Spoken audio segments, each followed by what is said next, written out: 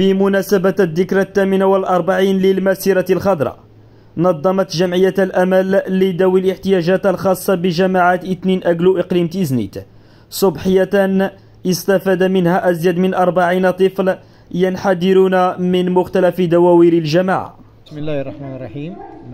بصفتي محمد أمارير رئيس جمعية الأمل المعاقي بجامعة أقلو 2 أقلو قيادة أقلو. اليوم ذكرى 48 للمسيرة الخضراء. قامت جمعية الأمل للحفل في هذا اليوم، فرحين والحمد لله تحت شعارنا الله الوطن الملك.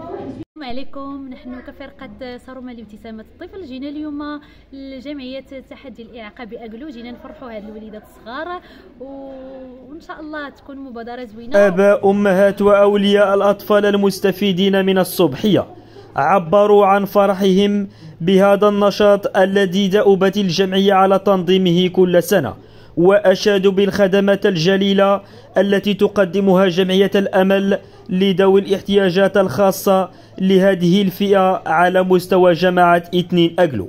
الرحمن الرحيم. الحسن شديد نائب الأول لرئيس جمعية الأمل للمعاقين أقلو، أن الجمعية اليوم تحتفل بالذكرى مسيرة الخضراء باسم أعضاء الجمعية. نقول لهم احنا اليوم نحتفل بتراب جماعة 2 أقلو. ثم صراحة عيطوا عليا جمعية الأمل للمعاقين في جماعة أقلو، صراحة أنا كنشكرهم منعظمين بار تبارك الله عليهم. الدراري صراحة راه فرحوا حتى لواحد الدرجة واستقبلونا أحسن استقبال.